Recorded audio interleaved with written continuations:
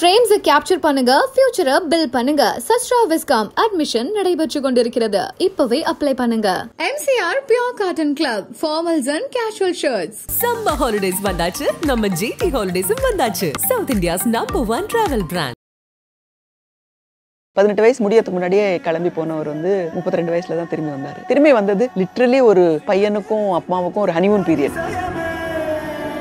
Arrange மேரேஜ்ல love ஏற்பட்டுச்சுன்னா அதை போல ஒரு வந்து ரொம்ப உன்னதமான விஷயம் கிடையாதுன்னு நினைக்கிறேன். எங்களோட கல்யாணம் அப்படிதான். எப்படி கூப்பிடுவீங்க? கல்யாணம் ஆன புதுசுல வந்து என்னங்க என்னங்க அப்படிலாம் கூப்பிட்டு பார்த்தேன், அப்படிலாம் கூப்பிட்டு பார்த்தேன். வந்து சாரி வேணும்னா குஷ்பு அமைச்சிடுவாங்க. முந்தா நேத்திக்கு பூர்ணிமா வீட்டுக்கு போயிருந்தேன். ஒரு பேக் ஃபுல்லா ஹாஸ்னி உன் புடவை அப்படின்னாங்க. அம்பிகா அப்பப்போ சொல்லுவாங்க, ஒரு 20 வருஷத்துக்கு முன்னாடி நம்ம ஒரு கல்யாணத்துக்கு போனோம், அப்போ ஒரு புடவை கட்டிங்க, அது எனக்கு வேணும்பாங்க. என்னோட 22வது வயசுல ராதா எனக்கு இவ்வளவு பெரிய பாக்ஸ் அந்த சேம் கம்பெனியோட கொடுத்தாங்க. உடனே போன் பண்ணி கேட்டேன் ராதா கிட்ட, ஞாபகம் இருக்கேன்னா? ஞாபகம் இருக்கு ஹாசினி அப்படின்னாங்க. ஒரு டெலிவிஷன் ஷோ ரொம்ப வருஷத்துக்கு முன்னாடி நான் பண்ணும்போது நிறைய ஜுவல்லரி நான் வந்து குஷ்பு கூட அனுப்ப சொன்னேன். அப்படியே மூட்டையில அனுப்பினாங்க. அதை வந்து அழகா டப்பால போட்டு, அம்மா தாய் இனிமே இப்படிதான் நீ உன்னோட ஜுவல்லரி தான் வச்சுக்கணும் அப்படின்னு சொல்லிட்டு வச்சேன். இன்னைக்கு வரைக்கும் அவ்வளவு அழகா வச்சுட்டு இருக்காங்க. இந்த ரோலை வந்து அவங்க லக்ஷ்மி மேடம்க்கு ஆஃபர் பண்ணாங்களாம். அப்போ அவங்க கதையெல்லாம் கேட்டுட்டு, வெல்கம் மேம். வணக்கம். வணக்கம். சூப்பரா இருக்கீங்க ma'am. Thank you. And accessories everything. தேங்க்யூங்க. ஸோ மே மந்த் வந்து மதர்ஸ் டே மந்த்.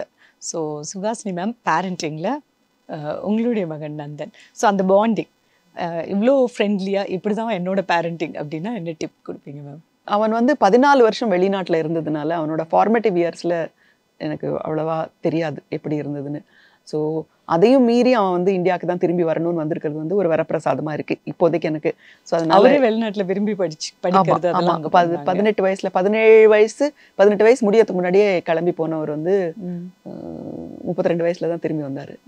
அதுக்கு முன்னாடி வெக்கேஷன் தான், முன்னாடி ஆமா ஹாலிடேஸ்ல மட்டும்தான் வருவாரு. அந்த மாதிரி இருந்தாரு.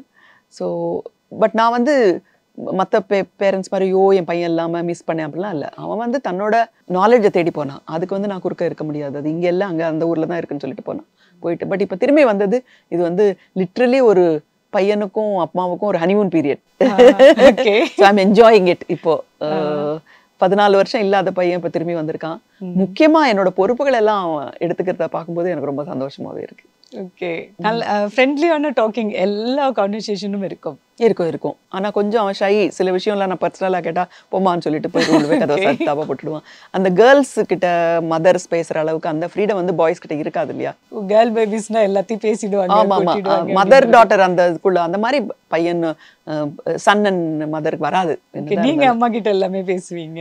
ஆமா ஆமா, அம்மாக்கு எல்லாம் தெரியும். அதுவும் நாங்க 3 சிஸ்டர்ஸ், எங்களுக்குள்ள வந்து ஒரு இன்னும் ரகசியமே இருக்காது, எல்லாமே ஓப்பனாக பேசிக்குவோம். பட் இந்த பசங்கள்லாம் வெளிநாட்டு போயிட்டு வந்து அப்படியே ரூமில் போய் கதவை தப்பா போட்டுக்கிட்டு அவங்க என்ன பண்ணுறாங்கன்னு தெரியாது. இந்த கதவு தான் வந்து பெரிய விஷயம்.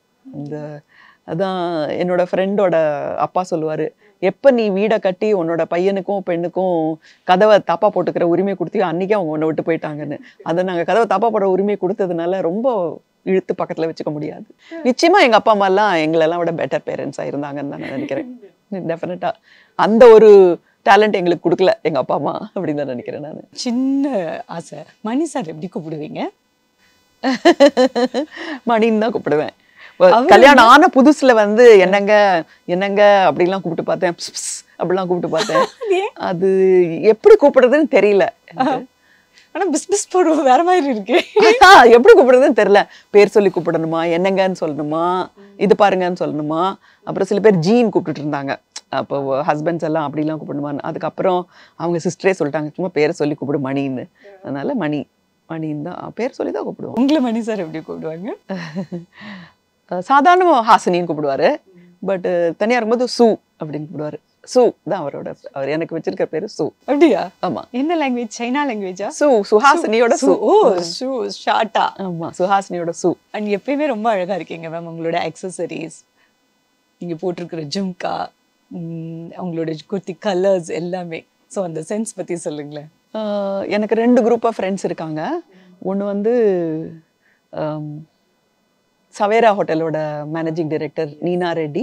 அவங்களுக்கு 5 பேர் ஃப்ரெண்ட்ஸ் இருக்காங்க. ஃப்ரெண்ட்ஷிப்னா என்னங்கிறது அவங்க 5 பேர்கிட்ட தான் நான் வந்து கற்றுக்கிட்டேன். நீனா, ரத்தி, அனு சச்தேவ், அனு அகர்வால் அண்ட் சுஜாதா முந்திரா. இந்த 5 பேரும் ஒரு ஃப்ரெண்ட்ஷிப்புக்கு ஒரு ஒரு இலக்கணம். அந்த ஃப்ரெண்ட்ஷிப்புக்குள்ள நான் உள்ள போகவே இல்லை. பட் ஆனால் அவங்களோட எல்லாரும் 5 பேரோடையும் நான் வந்து ஃப்ரெண்டாக தான் இருக்கேன். அவங்க கிட்ட இருந்து தான் பேசிக்கலி இந்த பெட்டர் ட்ரெஸ்ஸிங்கிறத நான் பார்த்தேன். ஃபிலிம் இண்டஸ்ட்ரியிலேருந்து அவ்வளோ கற்றுக்கிட்டதை விட அவங்கக்கிட்ட தான் பார்த்தேன். ஏன்னா ஒரு உடை அலங்காரம் பண்ணிட்டு வெளியில் போகும்போது உங்களுடைய மனநிலை எப்படி இருக்கோ அது தெரியுது. உங்கள் உடை அலங்காரம் வெளிப்படுத்துது அப்படிங்கிறது அவங்கள்ட்ட இருந்து தான் நான் கற்றுக்கிட்டேன். எவ்வளோ பெரிய பிரச்சனை இருந்தாலும் அவங்க வந்து வெளியில் வரும்போது ஒரு ப்ளசண்ட்டாக ட்ரெஸ் பண்ணுவாங்க. அப்போது அந்த மனநிலையே மாறுறத நான் அவங்கக்கிட்ட 5 பேர்கிட்ட தான் பார்த்தேன். டச்சஸ் 5 அவங்க பேர், அவங்க கிளப் பேர் டச்சஸ் தான். ஸோ அவங்கக்கிட்ட இருந்து அதற்கு பிறகு இப்போ எங்கள் 80s ரியூனியன் இருக்கு இல்லையா எங்களோடது, நாங்கள் ஒருத்தர் ஷேர் பண்ணிக்குவோம். பூர்ணிமாவும் நானும் லிசியும். ஃபார் எக்ஸாம்பிள் நான் ஏதாவது கல்யாணத்துக்கு போகிறேன், சங்கீதத்துக்கு போகணுன்னா என்கிட்ட வந்து சல்வார் கம்மீஸ்லாம் அப்படி ஃபேஷனபிளாலாம் வச்சுக்க மாட்டேன் நான். ஏன்னா புடவையில் தான் நான் கான்சன்ட்ரேட் பண்ணுவேன். ஸோ நான் சொல்லுவேன், நான் வந்து பாம்பேக்கு இல்லை பெங்களூருக்கு ஒரு சங்கீத்துக்கு போகணும், என்ன பட்டு புடவை தான் இருக்குது, எனக்கு ட்ரெஸ்க்கு அனுப்புன்னா எனக்கு வந்து லிசி அனுப்பிச்சிடுவாங்க உடனே. அப்படியா? லிசி அனுப்பிச்சிடுவாங்க. குர்த்தீஸ்லாம்? ஆமாம், குர்த்தீஸ்லாம் அனுப்பிச்சிடுவாங்க. அதுக்கப்புறம் குஷ்பு வந்து நான் க்ரூஸில் போகிறேன், எனக்கு வந்து சாரி வேணும்னா குஷ்பு அனுப்பிச்சிடுவாங்க. அதுக்கப்புறம் சோபனா, ரேவதி, நாங்கள் எல்லாரும் வந்து எக்ஸ்சேஞ்ச் பண்ணிக்குவோம். அவங்களோட ட்ரெஸ் நீங்க ஷேர் பண்ணி போட்டுப்பீங்க? ஆமாமா போடுவேன். இப்போ வந்து எப்படின்னா ஆன்லைன்ல எனக்கு பிடிச்ச ஏதாவது ஒன்று இருந்தா உடனே அந்த போட்டோவை குஷ்புக்கு காட்டுவேன். இது நான் உனக்கு ஆர்டர் பண்ணட்டுமா? இந்த கலர் எனக்கு சரி வராது, அந்த கலர் நான் ஷிஃபான் கட்ட மாட்டேன் அப்படிம்பாங்க. ஸோ எனக்கு தெரியும் இப்போ குஷ்பு என்ன போடுவாங்க போட மாட்டாங்கன்னு. உடனே வந்து எனக்கு ஆர்டர் பண்ணும்போது குஷ்புக்கும் ஆர்டர் பண்ணுவேன். எனக்கு வாரம் குஷ்பு வீட்டிலேருந்து சாண்டா கிளாஸ் வருவார், வந்து எதையாவது கிஃப்ட் கொடுப்பாரு. அது நடத்துக்கும். டிட் சாண்டா விசிட் யூ அப்படின்னு ஒரு மெசேஜ் வரும். ஸோ இந்த அழகாக ட்ரெஸ் பண்ணிக்கணும் அப்படிங்கிற ஆசை வந்து எங்களுக்கு வந்து இந்த 80s ரியூனியன் நாங்கள் ஒன்றா இருக்கும்போது தான். ஓகே, இந்த ஆக்சசரி நீங்கள் ட்ரெஸ் எல்லாம் வந்து ஷேர் பண்ணிப்பீங்க அப்படிங்கிறது ரொம்ப அழகாக இருக்கு. ஆக்சசரியே யூ ஒன்ட் பிலீவ் இட். ஒரு டெலிவிஷன் ஷோ ரொம்ப வருஷத்துக்கு முன்னாடி நான் பண்ணும்போது நிறைய jewellery than getting it from sponsors நான் வந்து குஷ்பு கூட அனுப்ப சொன்னேன். அவங்க எனக்கு வந்து அப்படியே மூட்டையில் அனுப்பினாங்க. அதை வந்து அழகாக டப்பாவில் போட்டு, அம்மா தாய் இனிமேல் இப்படி தான் நீ உன்னோட ஜுவல்லரி தான் வச்சுக்கணும் அப்படின்னு சொல்லிட்டு வச்சேன். இன்னைக்கு வரைக்கும் அவ்வளோ அழகாக வச்சுட்டு இருக்காங்க. அப்படி இன்னைக்கும் அதை செக்ரிகேட் பண்ணி நான் வந்து ஃபர்ஸ்ட் டைம் பாக்ஸஸ் வாங்கி தனித்தனியாக போட்டு திருப்பி கொடுத்தேன். யூஸ் பண்ணிட்டு. ஆமா, இப்போ கூட நம்ப மாட்டீங்க, முந்தா நேத்திக்கு பூர்ணிமா வீட்டுக்கு போயிருந்தேன். ஒரு பேக் ஃபுல்லாக ஹாஸ்னி உன் புடவை அப்படின்னாங்க. எத்தனை இருக்குன்னா 20க்கு மேலே இருக்குண்ணா. இருக்கட்டும், இன்னொரு டிவி சீரியலில் நீ நடிப்பேன், அப்போ வேணும், அது முடிச்சுட்டு நான் வாங்கிக்கிறேன், இப்போ வாங்கிக்க வேண்டாம்னு சொல்லி வச்சுட்டு வந்தேன் நான். So we all exchange. And Ambika அப்பப்போ சொல்லுவாங்க, ஒரு 20 வருஷத்துக்கு முன்னாடி நம்ம ஒரு கல்யாணத்துக்கு போனோம், அப்போ ஒரு புடவை கட்டிங்க, அது எனக்கு வேணும்பாங்க. அம்பிகா 20 செகண்டுக்கு முன்னாடி நான் என்ன புடவை கட்டலன்னு எனக்கு தெரியல. இல்ல ஹாசினி ஞாபகம் வச்சு அந்த புடவை எனக்கு அனுப்புங்க அப்படிம்பாங்க. It's interesting actually. நிஜமா எனக்கு ரொம்ப ஆச்சரியமா இருக்கு. நாங்க பண்ணிப்போம், பட் நீங்க ஆர்டிஸ்டும் உங்களுக்குள்ள சாரி ஜுவல்லரிஸ் எல்லாத்தையும் எக்ஸ்சேஞ்ச் பண்ணி போட்டுட்டு திருப்பி கொடுத்துப்பீங்க அப்படிங்கிறது. அப்போ இது வந்து பெண்களுக்கு யூனிவர்சல். ஆமா, ஒண்ணுமே இல்ல. நான் வந்து ஒரு பிளஷ் ஆன் பார்த்தேன், ஒரு இது இட்டாலியன் மேக்கு. அதை பார்த்த உடனே எனக்கு அந்த பேரை பார்த்த உடனே ஞாபகம் வந்தது. என்னோட 22வது வயசுல ராதா எனக்கு இவ்வளோ பெரிய பாக்ஸ் அந்த சேம் கம்பெனியோட கொடுத்தாங்க. உடனே ஃபோன் பண்ணி கேட்டேன் ராதா கிட்ட, ஞாபகம் இருக்குன்னா? ஞாபகம் இருக்கு ஹாசினி அப்படின்னாங்க. So we all exchange. இப்போ நீங்க போட்டிருக்கிறது கூட ரொம்ப அழகா இருக்கு. தேங்க்யூ. இது போயிடும், அது முக்காவாசி வேற யாருக்கா போகும். எக்ஸ்சேஞ்ச் பண்ணிப்போம் 100% எக்ஸ்சேஞ்ச் பண்ணிப்போம். ஸோ விமனுக்கு நீங்க சொல்ற விஷயங்கள் என்னென்ன இருக்கும்? ஐ திங்க் எந்த ஒரு சமயத்துலையும் உங்களோட மெயின் டேலண்ட் என்னவோ அதை விட்டு கொடுக்கூடாது. அது குடும்பத்துக்காக விட்டு கொடுக்கூடாது, குழந்தைகளுக்காகவும் விட்டு கொடுக்கூடாது, சொசைட்டிக்காகவும் விட்டு கொடுக்கூடாது. உங்களோட யூனிக் செல்லிங் பாயிண்ட் யூஎஸ்பி என்ன அப்படிங்கிறத நீங்கள் புரிஞ்சு வச்சுக்கிட்டிங்கன்னா அதை வந்து எப்போவுமே விட்டு கொடுக்கூடாது அப்படின்றது தான் பெண்களுக்கு நான் கொடுக்குற அட்வைஸு. கொஞ்சம் பொறுமை, டாலரன்ஸ் எல்லாம் வேணும், அதெல்லாம் வேணும். ஆனால் அம்பிஷனை விட்டு கொடுக்கவே கூடாது. சாரீஸ்லாம் நீங்கள் ட்ரெஸ் எல்லாம் பர்ச்சேஸ் பண்ணும்போது எவ்வளோ கம்மியாக பர்ச்சேஸ் பண்ணியிருக்கீங்க மேம்? பிளாட்ஃபார்ம் ஷாப்பிங்லாம் பண்ணியிருக்கீங்களா? எல்லாம் பண்ணியிருக்கேன் நான். அங்கே இந்த சென்னையில் உங்களுக்கு இப்போ வெளியில் போனால் எல்லாருக்கும் தெரியும். இப்போ நாங்கள் போயிடுவோம் பிளாட்ஃபார்ம் ஷாப்பிங் பண்ணுறதுக்கு, பட் நீங்களாம் போக முடியாதுல்ல, அதெல்லாம் மிஸ் பண்ணுறீங்க அப்படின்னு நினைப்பீங்களா? அந்த டி நகர், பாண்டி பஜார், பாரிஸ், சவுகார்பேட், அதுக்கு மேலே செம்பூரில் போய் பண்ணிடுவேன், பாம்பேல. அப்படியா? அங்கே போய் ரோட்ல நின்று அதை பார்க்கும்போது ரொம்ப சந்தோஷமா தான் இருக்கும். ஆக்சுவலி என்ன ஆகும்னா, இப்போ நாங்கள் இருக்கிற சொசைட்டியில் வந்து எல்லாம் பிராண்ட் நேம்ஸு, அந்த மாதிரி பியர் ப்ரெஷர் நிறையா இருக்குது. இதெல்லாம் இல்லாத ஒரு ஜென்ரேஷனாக நாங்கள் வந்தோம். அதனால இப்போ நெக்ஸ்ட் ஜென்ரேஷன் பார்க்கும்போது எனக்கு கொஞ்சம் பரிதாபமாக தான் இருக்கும். எல்லாருமே வந்து பெரிய பெரிய பிராண்டோட நேம்ஸ் இருக்கிற பேக் அதெல்லாம் சேர்த்து தான் வாங்குறாங்க. பிளாட்ஃபார்ம் ஷாப்பிங்ல இருக்கிற ஒரு சந்தோஷம் அந்த பிராண்ட் ஷாப்பிங்ல இருக்காது 100% இருக்கவே இருக்காது. விமன் ஆண்டர்பிரினர்ஸ் வெல்ஃபேர் அசோசியேஷன் தமிழ்நாடுல ஒன்று இருக்கு. அந்த வாட்ஸ்அப்ல இருக்கேன். அந்த வாட்ஸ்அப் குரூப்ல வந்து இன்னைக்கு காலையில பஞ்சகவ்யம் இது உரம் வந்து 1 கிலோ இவ்வளோ அப்படின்ட்டு ஒரு லேடி போடுவாங்க. அதுக்கப்புறம் முகப்பு செயின் 440 rupees ஒன்லி அப்படின்னு இன்னொரு லேடி போடுவாங்க. இன்னொருத்தங்க வந்து idli readymade idli powder 1 kilo some 50 rupees 100 rupees போடுவாங்க. நீங்கள் அதை வந்து ராத்திரி ஊற வச்சுட்டு காலையில் புளிச்சிடும், நீங்கள் வந்து ஒன்றுமே பண்ண வேண்டாம், தண்ணி மட்டும் விட்டால் போதும்பாங்க. ஸோ அவங்களுக்கு ஃபோன் பண்ணி கேட்பேன். ஸோ இந்த மாதிரி அந்த லோவர் மிடில் கிளாஸ் இருக்கிற ஒரு வாட்ஸ்அப் குரூப்பில் நான் இருக்கேன். அவங்க 200 பேருக்கு மேலே இருக்காங்க. அவங்களுக்கு வந்து தெரியாது நான் சுஹாசினின்னு. நான் அவங்கள்ட்ட ஏதாவது ஆர்டர் பண்ணும்போது நான் அட்ரஸ் கொடுக்கும்போது, மேடம் நிஜமாவே நீங்கள் சுஹாசினி தானா இல்லை அந்த பேரில் இருக்கிற இன்னொரு லேடியான்னு கேட்பாங்க. இட்ஸ் வெரி இன்ட்ரெஸ்டிங், ரொம்ப இன்ட்ரெஸ்டிங்காக இருக்குது. ஏன்னா நாங்கெல்லாம் உங்களை இப்படி பார்த்துட்டு இருக்கோம், நீங்கள் இவ்வளோ டவுன் டு எர்த்தா உட்காந்து அதான் சொல்கிறேன். 200 பேர் இருக்கிற அந்த விமன் ஆண்டர்பிரினர்ஸ் வெல்ஃபேர் அசோசியேஷனில் நானும் ஒரு மெம்பராக இருக்கேன். எனக்கு பிடிக்கும். நீங்கள் சொன்ன மாதிரி பாண்டி பஜாரில் வந்து ஷாப் பண்ணுற மாதிரி இந்த மாதிரி லோவர் மிடில் கிளாஸில் இருக்கிறவங்களோடையும் டீல் பண்ணுறது எனக்கு ரொம்ப. இப்போ வாட்ஸ்அப் குரூப்பில் நீங்கள் ஷாப்பிங் பண்ணுறீங்க? அங்கேயும் பண்ணுவேன். நீங்கள் எந்த மேரேஜ் பிலீவ் பண்ணுறீங்க மேம்? அரேஞ்ச் மேரேஜா லவ் மேரேஜா? அரேஞ்ச் மேரேஜில் லவ் ஏற்பட்டுச்சுன்னா அதை போல் ஒரு வந்து ரொம்ப உன்னதமான விஷயம் கிடையாதுன்னு நினைக்கிறேன். வந்துடும் அதுதான் அது. பிகாஸ் எங்களோட கல்யாணம் அப்படி தான். எங்கள் அப்பாவும் அம்மாவும் அவங்களோட அண்ணாவும் அரேஞ்ச் பண்ணது தான்.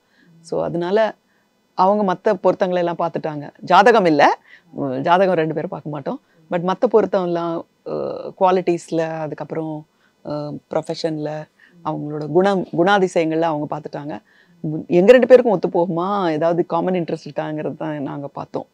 ஸோ அது நல்லா தான் இருக்கும். இப்போ வந்து எப்படி இந்தியாவில் 80% வந்து அரேஞ்ச் மேரேஜ் தான் நடக்குது. இப்போ அந்த arrange marriage is good, but love மேரேஜும் இட்ஸ் எக்ஸலண்ட். ஏன்னா அந்த ஒருத்தருக்கு இன்னொருத்தரை பிடிக்கிறதுங்கிறது வந்து ரொம்ப ரொம்ப பியூட்டிஃபுல்லான ஒரு விஷயம்.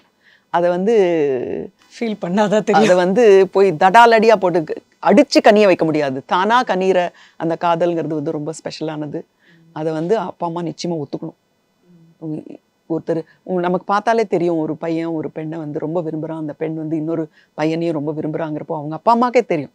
மனசை கொடுத்துட்டாங்க, அவங்க அவ்வளோ ஆசையாக இருக்காங்கன்றப்போ தடையாகவும் இருக்கக்கூடாது, பெற்றோர்கள் தடையாக இருக்கக்கூடாது அப்படிங்கிறது என்னுடைய விருப்பம். சுஹாசினி மேமோட பதில் வந்து ரொம்ப அழகாக இருக்குது. பட் சினிமா இண்டஸ்ட்ரியில் இந்த மாதிரி நிறைய மேரேஜஸ் ஃபெயிலியர் ஆகி அது வந்து பொது வெளியில் காண்பிக்க, இன்னைக்கு இன்ஸ்டாகிராம் ட்விட்டர் அப்படின்னு நிறைய விஷயங்கள் இருக்கும்போது பொது வெளியில் அது பேசப்படும் போது சொசைட்டியில் ஒரு தப்பான முன்னுதாரணமாக ஆகிடும் அப்படிங்கிறதோ, இவங்க பீப்புள் கிரிட்டிசைஸ் பண்ணுறதும் ரொம்ப அதிகமாக ஆகுது இல்லையா? ஸோ இது நீங்கள் எப்படி மேம் பார்க்குறீங்க? இப்போது ஒரு செப்பரேஷன் வந்து ப்ராப்ளம் இருக்கும்போது அவங்களுக்கு எங்கே இருந்தாவது ஒரு அப்ரூவல் தேவைப்படுது. அதனால அப்போ வந்து சோஷியல் மீடியாவை அவங்க யூஸ் பண்ணிக்கிறாங்க.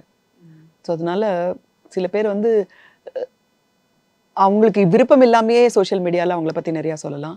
சில சமயம் சோஷியல் மீடியாவிலேருந்து இவங்களுக்கு வந்து சில ஒரு என்ன சொல்கிறது, ஒரு உறுதிகள் கிடைக்கலாம். ஸோ 2 பக்கமும் இது இருக்குது. இட்ஸ் 2 way sword அப்படின்னு தான் நினைக்கிறேன். பட் என்னை பொறுத்த வரைக்கும் இப்போ நாங்கள் அட்வைஸ் பண்ணுற ஏஜில் இருக்கிறதுனால யாராவது என்ன அட்வைஸ் கேட்டால் சில பேருக்கு காத்திரு, கோவப்படாதே அப்படின்னு ஒரு பக்கம் சொல்லுவேன். இன்னொரு பக்கம் விட்டுடு, உன் குழந்தைங்களை நான் பார்த்துக்கிறேன், வந்து கொடைக்கானல் ஸ்கூலில் போடலாம், நான் பார்த்துக்கிறேன், எங்கள் ஃபேமிலியிருந்து பார்த்துக்கலாம், இந்த மேரேஜில் நீ இருக்காதேன்னு 2 பக்கமும் சொல்லியிருக்கேன். இது ஆனால் அது பெண்ணான்னு நான் சொல்ல மாட்டேன். இட் டிபெண்ட்ஸ் சிச்சுவேஷனில் ஒரு ஆணுக்கு நான் சொல்லியிருக்கேன், ஒரு பெண்ணுக்கும் சொல்லியிருக்கேன். அதில் 2 பேரில் யாரை காத்திருக்க சொன்னேன் அப்படின்றது சொல்ல மாட்டேன். பட் ஒருத்தரை காத்திருக்க சொன்னேன். நடக்கிறது நடக்கட்டும், பொறுமையாக இரு, நிச்சயமாக your spouse will come back அப்படின்னு இன்னொருத்தட்ட ஒரு லேடிக்கிட்டேயோ ஒரு மேன்கிட்டயோ சொல்லியிருக்கேன். விட்டுட்டு போ, குழந்தைங்களை நம்ம எல்லாரும் சேர்ந்து பார்த்துக்கலாம்னு சொல்லியிருக்கேன். அது என்ன பண்ணுறது சொல்லுங்கள். பட் 2மே கரெக்ட் இல்லை. ஏன்னா அவங்க என்ன முடிவு எடுக்கிறாங்களோ அதான் எடுக்க போகிறாங்க. அவங்க வேர்டிக்ட் ஃபிலிமில் உங்களோட கேரக்டர் பற்றி சொல்லுங்கள். எலிசா அப்படின்னு ஒரு கேரக்டர் பண்ணியிருக்கீங்க. அண்ட் ட்ரெய்லரில் உங்களோட ஹேர் ஸ்டைலிங் வந்து பயங்கர டிஃப்ரெண்ட்டாக இருந்துச்சு ஃபர்ஸ்ட் டைம் இல்லை? ஆமாம். இந்த ரோலை வந்து அவங்க லக்ஷ்மி மேடம்க்கு ஆஃபர் பண்ணாங்களாம். அப்போ அவங்க கதையெல்லாம் கேட்டுட்டு என்ன கொலை பண்ணிட்டீங்க இந்த படத்தில் அப்படின்னு கேட்டாங்களாம். இல்லை இந்த கேரக்டர் வந்து சாகலைன்னா வந்து கதையே கிடையாது, இவங்களோட சாவில் இருக்கிற மர்மத்தை தான் வந்து கோர்ட் ரூம் ட்ராமாவாக செகண்ட் ஹாஃப் ஃபுல்லாக படத்தில் காமிக்கிறோம் அப்படின்னு. அமெரிக்காவுக்கு போய் என் கேரக்டரை கொலை பண்ணுறீங்க போயா அப்படின்ட்டு அமிச்சிட்டாங்க போல இருக்கு. ஸோ இப்போ கோபி அவங்கெல்லாம் எனக்கு ரொம்ப ஃப்ரெண்ட்ஸு. இந்த படத்தோட கோ ப்ரொடியூசரான கோபி வந்து நான் ரன் பண்ணுற என்ஜிஓவான நாமுக்கு வந்து அவர் one of the trustees. In fact அவரோட பொறுப்பில் தான் எல்லாமே இருக்குது. சென்னை ஃபிலிம் ஃபெஸ்டிவலுக்கும் அவர் என் கூட சேர்ந்து கமிட்டியில் இருக்கார். அண்ட் கொல்லப்புடி நேஷ்னல் அவார்டுக்கும் எனக்கு ரொம்ப ஹெல்ப் பண்ணுவார். ஸோ லிட்ரலி என்னோட ரைட் ஹேண்ட் மாதிரி கோபி. அவர் ஒரு படம் ப்ரொடியூஸ் பண்ணும்போது அவர் கேட்கும்போது எப்படி மாட்டேன்னு சொல்கிறது, அதுவும் லக்ஷ்மி மேடமோட கேரக்டர். அதனால் நான் என்ன பண்ணேன், லக்ஷ்மியோட கேலிபர் இருக்கிற ஒரு ஆர்டிஸ்ட்டுக்கு அவங்க போகணும் அப்படின்னா அந்த கேரக்டரில் ஒரு வெயிட் இருக்கும். அதனால பரவாயில்ல, சின்னதாக இருந்தாலும் நம்ம பண்ணலாம். ப்ளஸ் எல்லாரும் ஃப்ரெண்ட்ஸு. ஸோ அதனால் அந்த ஷூட்டிங் அட்மாஸ்பியர் ரொம்ப இன்ட்ரெஸ்டிங்காக இருக்கும் அப்படின்னு எனக்கு தோணுச்சு. நீங்கள் வந்து ஆடியோ லான்ச்லேயே ரொம்ப அழகாக என்னோட வயசு 63 அப்படின்னு சொன்னீங்க. ஜென்ரலாக நம்ம சொல்கிறது இல்லைல்ல பெண்கள் வயசை, பட் அழகாக அருமையாக சொன்னீங்க. இது பார்த்திபன் வந்து அது என்னமோ பெரிய விஷயம் மாதிரி ரொம்ப நாளாக என்னை வந்து சீண்டிக்கிட்டே இருக்காரு. ஏன் பெண்கள் வந்து வயசு சொல்ல மாட்டாங்க, ஏன் சொல்கிறேன் இப்போ 80 வயசில் கேட்டாலும் சொல்லுவேன் நான் தைரியமாக. அது என்ன வயசுங்கிறது அனுபவம். என்னோட ராபர்ட் ரெட்ஃபோர்ட் கிட்ட யாரோ கேட்டாங்களாம், எல்லாரும் பிளாஸ்டிக் சர்ஜரி பண்ணிக்கிறாங்க, நீங்கள் மட்டும் சுருக்கத்தோடு இருக்கீங்களே அப்படின்னதுக்கு அவர் சொன்னாராம், I don't want plastic surgery to take away years of my wisdom அப்படின்னாங்களாம். அதாவது வாழ்க்கையோட அனுபவங்களை வந்து ஒரு சர்ஜரி என் முகத்துலேருந்து எடுக்கக்கூடாதுன்னாராம். அது மாதிரி எதுக்கு என்னோட வாழ்க்கையோட அனுபவம் தெரியட்டுமே எல்லாருக்கும். 63 வயசாயிடுச்சு எனக்கு. 19 வயசில் நான் நடிக்க வந்தேன். இப்போ எத்தனை வருஷம் ஆச்சு, 44? ஆமாம், 44 வருடமாக நான் வந்து நடிச்சிட்டு இருக்கேன் சினிமாவில். இப்போ நீங்கள் இந்த படத்தில் சின்ன ரோலாக இருந்தாலும் அகைனும் அது நடிப்பு தான். 44 வருட அனுபவத்தை நான் எதுக்கு வேண்டாம்னு சொல்லணும். தமிழில் வந்து லக்ஷ்மி மேம் பண்ண நிறைய டப்பிங் வந்து தெலுங்கு வெர்ஷன், கன்னட வெர்ஷனில் வந்து நான் தான் நடிச்சிருக்கேன் அப்படின்னு சொல்லிட்டு, சம்சாரம் அது மின்சாரம், சிறை, இந்த மாதிரி நிறைய கேரக்டர்ஸ் சொன்னீங்க. ஸோ லக்ஷ்மி மேமோட ரோல்ஸ் பார்க்கும்போது நீங்கள் ஒரு கோ ஆர்டிஸ்டாக அது பயங்கரமாக சிலாகிச்சு பேசியிருந்தீங்க. ஸோ சம்சாரம் அது மின்சாரம் அதை டீகோடிங் பண்ணணும் அப்படின்னா அதில் உள்ள எக்ஸ்பீரியன்ஸ் பற்றி சொல்லலாமா மேம்? என்னால் எவ்வளோ முடிஞ்சதோ அவ்வளோதான் நான் செஞ்சேன். அவங்களுக்கு ஈக்குவலாக நான் செஞ்சேன்னு சொல்ல முடியாது. அப்புறம் ரித்தம் படத்தில் வந்து ரமேஷ் அரவிந்தோட அம்மாவை வந்து நிற்பாங்க. அதாவது என்னன்னா, இந்த அர்ஜுன் அண்டு மீனாவோட கல்யாணத்துக்கு ஒத்துக்குவாங்களா பழைய மாமியார் அப்படிங்கிற மாதிரி இருக்கும்.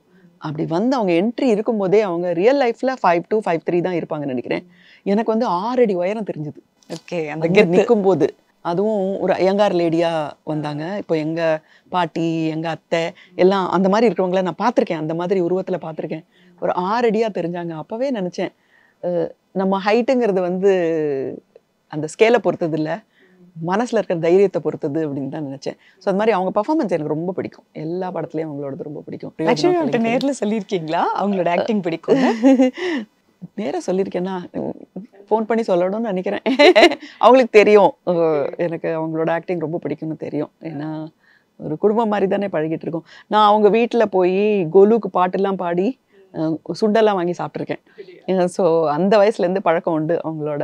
எலிசா அப்படின்ற கேரக்டரில் வெர்டிக்ட் மூவியில் சுகாசினி மேம் ரொம்ப டிஃப்ரெண்ட்டாக நம்ம May 30th பார்க்க போகிறோம். இது ஒரு சூப்பர் த்ரில்லிங் மூவி. இதோட கிளைமேக்ஸ் ஜட்ஜ் பண்ணவே முடியாதுன்றாங்க. அதுதான் சஸ்பென்ஸ் மூவியோட ஒரு பெரிய ஹிட்டும் கூட. So and all the very best and thank you so much ma'am. Thank you so much. Thank you. ஃப்ரேம்ஸை கேப்சர் பண்ணுங்க, ஃபியூச்சரை பில் பண்ணுங்க. சஸ்ட்ரா விஸ்காம் அட்மிஷன் நடைபெற்று கொண்டிருக்கிறது. இப்பவே அப்ளை பண்ணுங்க.